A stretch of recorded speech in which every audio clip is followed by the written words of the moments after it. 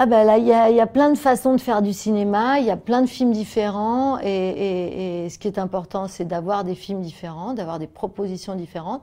Mais c'est vrai que je pense quand même, moi, que le cinéma peut changer la vie.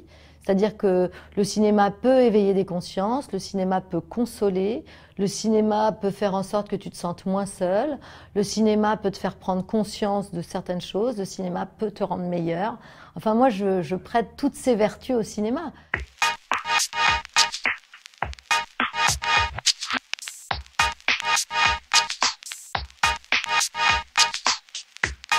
Évidemment qu'on n'avait pas du tout prévu que ça ait une telle résonance avec ce qu'on vit actuellement.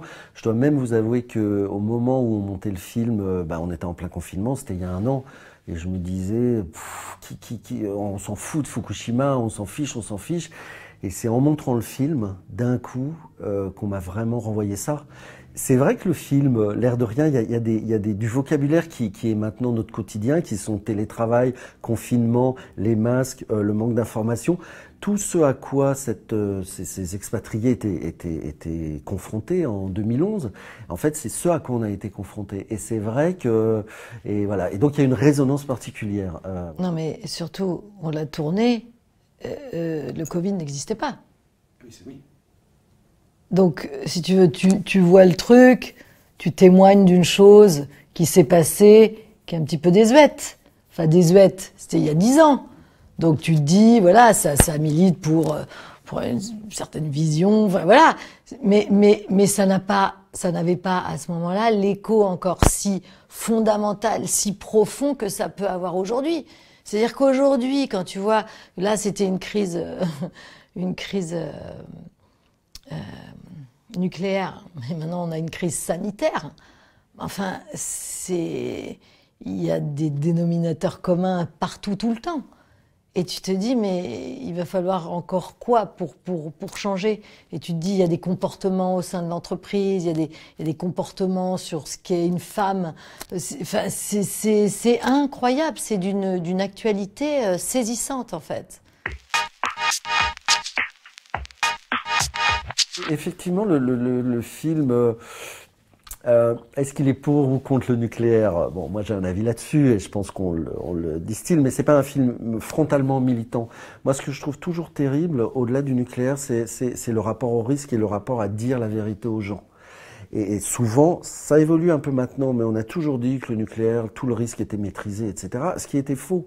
Et voilà, et c'est ça que je trouve insupportable en fait, c'est de nous mettre dans une position un peu d'enfant sans qu'on puisse tirer les conséquences ou qu'on puisse faire nos choix. Et le film parle de ça, de la désinformation, de pas nous prendre pour des adultes, voilà. Et d'ailleurs, en général, quand on ment aux gens, c'est ce qui s'est passé pour Tchernobyl, c'est-à-dire où le gouvernement français avait dit « Ah non, mais le nuage n'a jamais traversé nos frontières », et ben on l'a payé au moment de Fukushima, parce que personne ne croyait ce que le gouvernement disait. Et à ce moment-là, voilà, il y a plus de vérité, on ne croit plus personne, et d'où les théories du complot qui en découlent. Donc voilà, il y a tous ces thèmes aussi qui sont traités en filigrane dans le film. Ah bah oui. Dans un univers patriarcal. Dans un univers patriarcal et rigide qui est le Japon, dans l'univers de l'entreprise qui est corporate avec la loyauté absolue des gens qui constituent l'entreprise, surtout quand tu es un peu master, senior, chef et tout ça.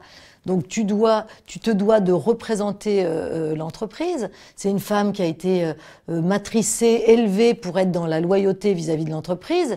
Et face à cette catastrophe, en fait, elle continue d'être loyale alors qu'elle est complètement sacrifiée par sa direction, que son patron ne cesse de lui dire « Ne me faites pas regretter de vous avoir choisi, Alexandra. Il ne voulait pas de vous parce que vous êtes une femme et que vous avez des enfants. Ne me décevez pas. » Je veux dire, quand tu es une femme, que tu t'es toujours battue pour faire oublier que tu étais une femme au sein de l'entreprise, avoir ce genre de phrase, c'est extrêmement inhibant en fait. Et c'est pas du tout des femmes qui sont habituées à laisser parler leur sensibilité, leur intuition, leur ressenti. C'est des femmes qui essaient de se battre pour exister dans un univers masculin.